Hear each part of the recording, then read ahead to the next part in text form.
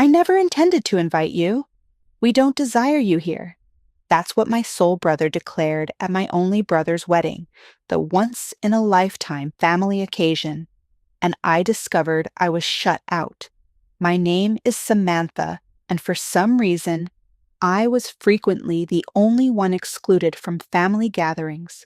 I consistently gave them the benefit of the doubt. They probably simply forgot, I'd convince myself. It's nothing personal. I clung to that notion for far too long. Perhaps part of me believed that if I just remained helpful and gentle, they'd eventually recognize me again. Last year, they bypassed my birthday dinner completely. All I received was a brief text from my mother. Happy birthday, Samantha. No emoji, no affection. Only Aunt Hillary was in my corner. She'd telephone sometimes and ask the one thing no one else did. Don't you feel isolated? She was the only one who seemed pleased when I departed home and established my own career. The rest of the family dismissed my position in digital marketing as simply playing with computers. They had no clue I have been financially prosperous. I never boasted, and they never inquired. So when an invitation to Thomas's wedding arrived last month, I couldn't fathom it. Printed on thick cardstock in golden lettering, it read, "You are cordially invited to the wedding of Thomas Anderson and Lucy Gale." The date was May 15th, set in an elegant garden in the city with a reception to follow at a lakeside resort. My hands shook with anticipation. I thought this was a signal. I spent weeks selecting a stunning dress and the ideal gift. I scheduled a hair appointment, got my nails done. For years, I'd only desired one thing: to be recognized, to be helpful, to be needed. And finally, I thought that moment had arrived. I believed this invitation would melt the frost between me and my family, that I would finally be welcomed, that I would finally be seen. I had no idea how mistaken I was. The day before the wedding, I drove to Aunt Hillary's house. My heart was light. I wanted to show her the surprise gift I planned to present to my brother at the wedding. When I arrived, she seemed slightly shocked, but welcomed me warmly as always. "I can't wait for tomorrow," I said, embracing her with excitement. But there was a trace of sorrow in her eyes, a hint of guilt. "How have you been, Samantha? Would you like some coffee?" she asked and led me to the living room. I could hear the tension in her voice. On the coffee table was an unfamiliar photo album. While she was in the kitchen preparing coffee, I opened it without thinking. Inside were familiar faces, my entire family smiling in a beautiful garden. "Aunt Hillary, what's this from?" I asked as she returned with a coffee tray. I noticed her hands were shaking slightly. "Oh, Thomas's wedding last weekend," she faltered. "Samantha, I wanted to tell you. I tried to call, but I couldn't find the courage." My heart stopped. "The wedding?" She sat beside me and took my hand. "You thought it was tomorrow, didn't you? I couldn't believe what they did either, giving you the wrong date on purpose. I protested. I told Thomas and your parents this was cruel." My voice trembled. "But I got the invitation. I've been preparing." Anger flared in Hillary's eyes. "They excluded you intentionally. I almost didn't attend because of it. But in the end, I went, and thinking of you, I feel so deeply sorry." I picked up the album again and flipped through the pages. Everyone was there, a gorgeous garden ceremony, fairy lights, champagne glasses, everyone dressed to perfection. Even distant relatives I hadn't seen in years were there. There were vows, speeches, dancing, and group photos. This wasn't some small private event. This was a real wedding, my only brother's wedding, a once-in-a-lifetime family event. My face burned and my mouth went dry like desert sand. "I need to confirm this," I said, standing up. Hillary held my hand tightly. "Samantha, wait. Before you confront them, just know you're strong. You always have been, but this This was cruel. You shouldn't go alone. I'll come with you. I took a deep breath. Thank you, Aunt Hillary. But this is something I have to do myself. She nodded. All right, but whatever happens, I'm always on your side. I always have been. I always will be. Empowered by her words, I got in my car and drove toward my parents' cottage. My mind was spinning and my heart was in chaos. Without Aunt Hillary's steady support, I don't think I could have been this strong. She was the only one who ever acknowledged how isolated I'd been in the family, the only one who sometimes raised her voice against it. When I arrived at the cottage, I saw not only my parents' car, but also a familiar black SUV in the driveway. It was Thomas's car. My hands trembled as I opened the door. Laughter drifted from the living room. There they were, my parents, my brother Thomas, and Lucy, clearly the bride, though now dressed casually instead of in white. They were laughing over a set of photos, wedding photos. The moment I walked in, the conversation stopped. Everyone turned to look at me. For a moment, the room froze in silence. Samantha, my mother looked startled. What are you doing here? I went to Aunt Hillary's, I said, though my voice didn't sound like mine. She told me the wedding was last weekend. I didn't miss the glance exchanged between Thomas and Lucy. Lucy's lips pressed into a thin line. Oh, yes, my mother said, her eyes dodging mine. It was a beautiful little ceremony. Little? I thought of the album. There were over 50 people there, and I got an invitation for a ceremony happening tomorrow? That's right, Thomas suddenly said, sounding tired. Because we never intended to invite you. The air changed. No one stopped him. We didn't want you ruining our wedding, he said, looking right at me. You're always quiet, always in the background, but somehow things go wrong around you. People don't know how to act when you're there. I wanted one perfect day in my life, and that meant without you. A sharp pain pierced my chest. Every strange look, every feeling of exclusion I brushed aside, they all crystallized in that moment. You felt this way for a long time? I asked. All of us have, my mother added quietly, but her words were clear. To be honest, Samantha, you've always been extra, like a ghost that leaves no trace but still needs looking after at family events. Samantha, they don't mean it like that, my father cut in, rushing. We just wanted to keep the wedding small. My mother spoke over him, calm and cold. You're disrupting the peace we've spent years building in this family. Peace? I stared at her in disbelief. By ignoring me? By cutting me out? Thomas sighed.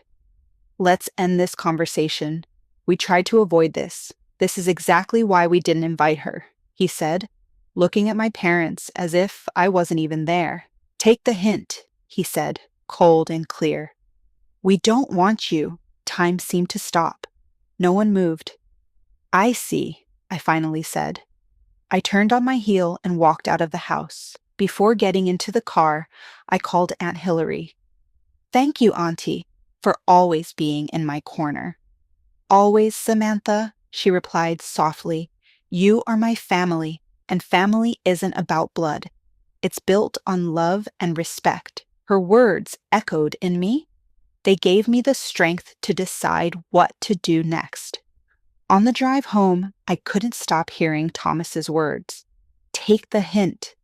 I replayed them over and over, like I was some oblivious intruder who refused to get the message despite all the signs that had been there for years, like believing I still had a place in their lives was some sort of burden. Hot tears ran down my face as I gripped the steering wheel. It wasn't missing the wedding that broke me. It was the crushing clarity, the undeniable confirmation that I wasn't part of them anymore, that I wasn't wanted.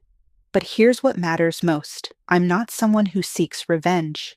I don't cling to small grievances. I don't want to hurt anyone. What I wanted, what I needed, was to finally let go. No more hope, no more showing up with a smile, no more offering kindness like a bargaining chip, hoping for a seat at their table. That night, I started planning. Not revenge, something more lasting, something they would never expect, because they never cared to know the real me. The first step was financial. The truth is, I have done well these past few years. I worked in digital marketing, not a billionaire, but very comfortable, especially since branching into property management. I'd made some excellent investments. No one ever asked about my life, so they didn't know I now owned 3 rental properties. They didn't know I had been quietly covering my parents' expenses through anonymous grants from my LLC, the roof repairs, the plumbing issues, even the property taxes. I never needed recognition. I just wanted to support them because they were my parents.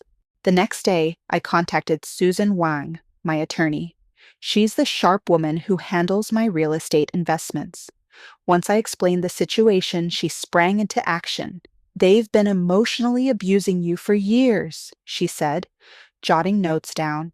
"And now, despite being financially dependent on you, this is how they treat you." "That's right," I said. "I don't think they even realize how much I've supported their lives. But honestly, I don't want to keep doing it. I need to protect myself." Susan nodded. "We can file for a restraining order if there's evidence of emotional abuse and harassment. The court will likely grant it." Over the next few days, I gathered everything: records of ignored invitations, screenshots from group chats, the wedding photos, and the most damning piece: the invitation to a wedding that had already happened a week before. A month later, the court approved a temporary restraining order. With Susan's help, I served legal documents to every family member. It prohibited them from coming near me physically and restricted all online contact. And one more thing: I signed papers formally ending my financial assistance for their home repairs. I froze the account. The first call came from my mother. "Samantha, what is this?" she cried. "We're your family." "Not anymore," I answered quietly. "You've made it clear for years that I wasn't part of this family. Now I'm just formalizing it." "This is ridiculous," she said. "We were just what?" I asked. "Pretending I didn't exist? Erasing me? That's how you treat family?" After a pause, she whispered, "Is this about money? You're mad because we needed your help? I didn't even know you were paying for the repairs until I saw the notice." Those words sent a chill through me. That's precisely the issue. You never comprehended. And I ended the call. Then came the deluge of furious messages from Thomas, threatening to drag me to court, calling me insane, blaming me for our parents' financial difficulties. But the most unexpected response came from my father. He reached out to my lawyer and sent me a formal letter, the only method permitted under the restrictions. "Samantha," he wrote, "I watched in silence as you were excluded from the family. My cowardice brought us here. If legal action is what it takes, perhaps it's what we deserve. I just want you to know I'm sorry. If I had been a better father, this might not have occurred." Reading his letter, I felt a flicker of compassion, but the pain was still awe. The wounds were still deep. The restraining order remained in effect. Susan handled their continued inquiries about finances. Eventually, they understood this wasn't a bluff. I was no longer part of their lives, and I was prepared to face the consequences of their thoughtless words and actions. But this was only the beginning. A few days after the restraining order was issued, I was finally prepared to take the most difficult step. That day, Susan called me. "Samantha, about your parents' cottage. It's ready. Legally, it's yours. You have the right to evict them. What would you like to do? Send the eviction notice, I said without hesitation. That cottage was the last thread connecting me to them. It wasn't mine originally. It had belonged to my grandparents, then it got passed to my mother. Years ago, when my parents fell behind on payments, I quietly purchased my mother's share. Legally, I owned it all, but no one in the family ever updated their assumptions. They treated it like shared family property. Everyone used it for weekends, holidays, even whole summers. Eventually, after retirement, my parents decided to live there full time, and I allowed it. But then I was finished. I was ready to reclaim it. The following Monday, I drove to the cottage with Michael Zong, another attorney. The sheriff came with us just in case. When we arrived, my father greeted us at the door. He looked older. His hair was nearly white. Samantha, he said weakly, won't you come in? No, I replied. Michael, please explain. Michael cleared his throat and handed my father a formal envelope. Mr. Anderson, this is an official notice of eviction from this property. You have 30 days to vacate and return the keys. My father stared at the paper, his hands shaking. But this is our home. No, I said, my voice calm though my heart pounded. This is my property. I allowed you to use it before, but that permission has been revoked. My mother appeared behind the door. What's going on? They're telling us to leave, Debbie, my father said, his voice trembling. My mother looked at me, her eyes filled with betrayal. You're kicking us out of our home? Our retirement home? You've always known this was legally mine, I replied. You've continued to take advantage of my kindness. We have nowhere to go, she said. You can live with Thomas, I answered. He made it very clear a few months ago that I wasn't family. My father lowered his head. He was wrong. We all were. It's too late, I said. In 30 days, if you're not prepared to move out, your remaining belongings will be removed and the locks changed. Where are your parents? Why are you doing this? Her voice was shaky with confusion. Because, as you said, I got the hint. As I turned to leave, my father grabbed my arm. We're truly sorry, Samantha, he said, eyes welling with tears. Can't you give us one more chance? I gently pulled my arm away. You had years. You had countless chances. And I'll say it again. It's too late. That day, as I left the cottage, I felt something heavy lift from my shoulders.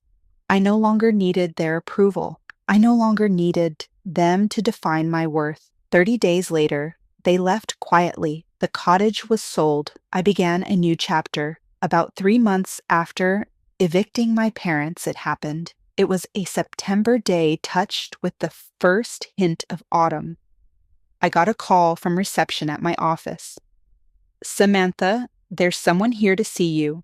They said their name is Anderson. My chest tightened. The restraining order was still in place, but as long as they remained in the lobby of the office building, they weren't technically violating it.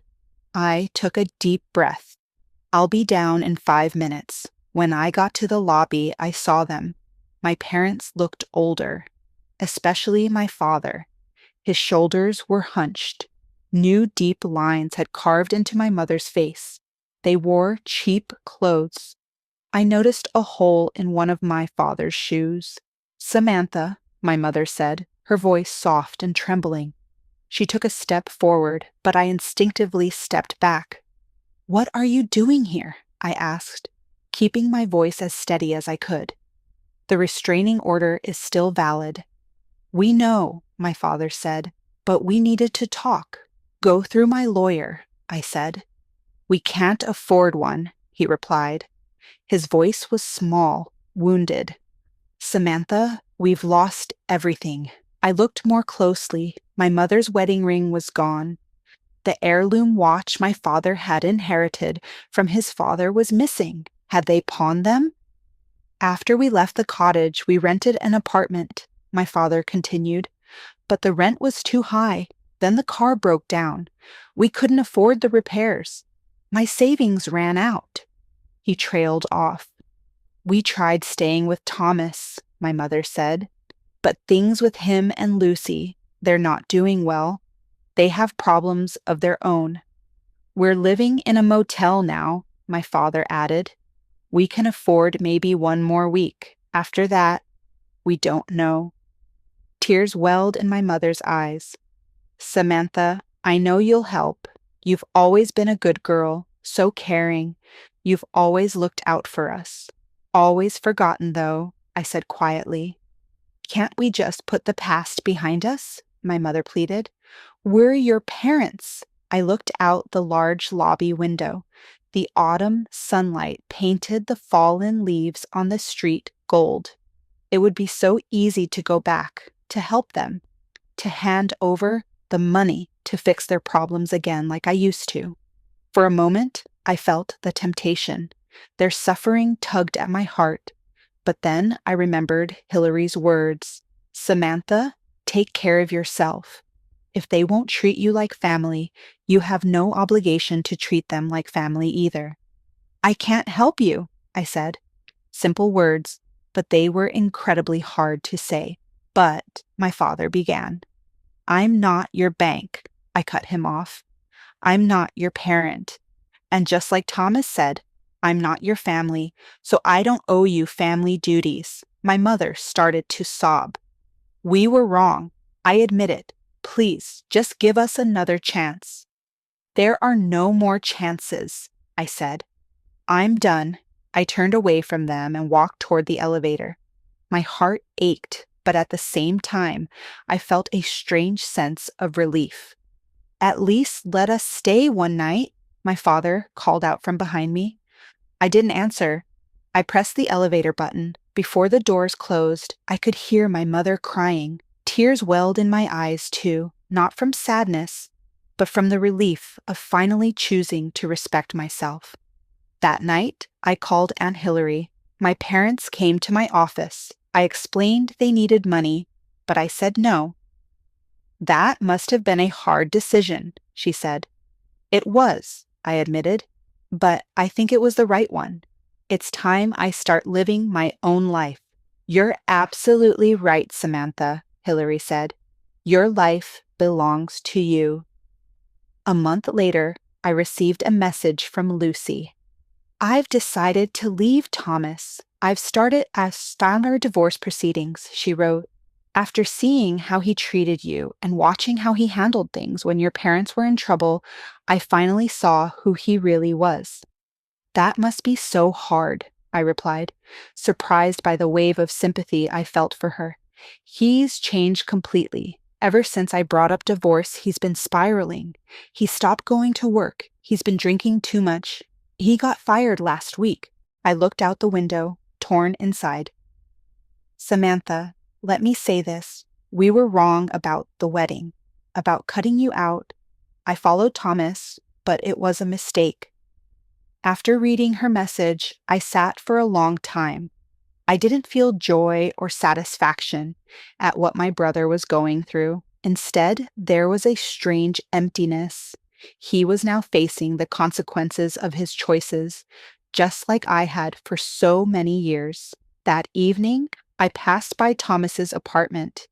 The windows were dark, mail was overflowing from the box. I paused for a moment. I wondered if I should knock. Was there something I needed to say? Some help I should offer? But I kept walking. His pain wasn't mine to carry. It was time for him to learn. Everyone must take responsibility for their actions. As autumn turned into winter, my life found a new rhythm. Work at the digital marketing firm was going well. I was being promoted to vice president, and I had a team of my own. The time and energy I once saved for my family, I now poured into my career and passions. Aunt Hillary remained by my side. She called every Sunday and sometimes stayed at my condo. It's beautiful to watch your life bloom, she often said. But the past didn't disappear entirely. One morning in December, a letter arrived in the mail with familiar handwriting. It was from my father, his fourth letter in 3 months. From the first one, I noticed a shift in tone. It had started as desperate pleading. Eventually, it carried a deeper sense of reflection. I brewed some coffee, sat by the window, and opened the envelope. They were living in a small apartment now. My father had found a part-time job at a local hardware store. My mother started working at a senior care facility, and they were continuing therapy. I rested the letter on my lap and looked outside. With each letter, his words had changed. They no longer begged for forgiveness or help. They spoke of growth and a growing awareness of how I had been treated and how wrong it had all been. Therapy seemed to be helping him. He was starting to understand the depth of what I'd endured. Still, I hadn't replied to any of his letters. That night, Aunt Hillary called me. "Your father phoned me yesterday. He's changing, Samantha." "Truly, I believe that," I said, "but it's still too soon for reconciliation." "Of course," she replied, "everything has its season. Right now, this is your season. You get to decide whether they have a place in your life again." We talked for a while longer, and she promised to come over for dinner next week. After we hung up, I stood by the window again.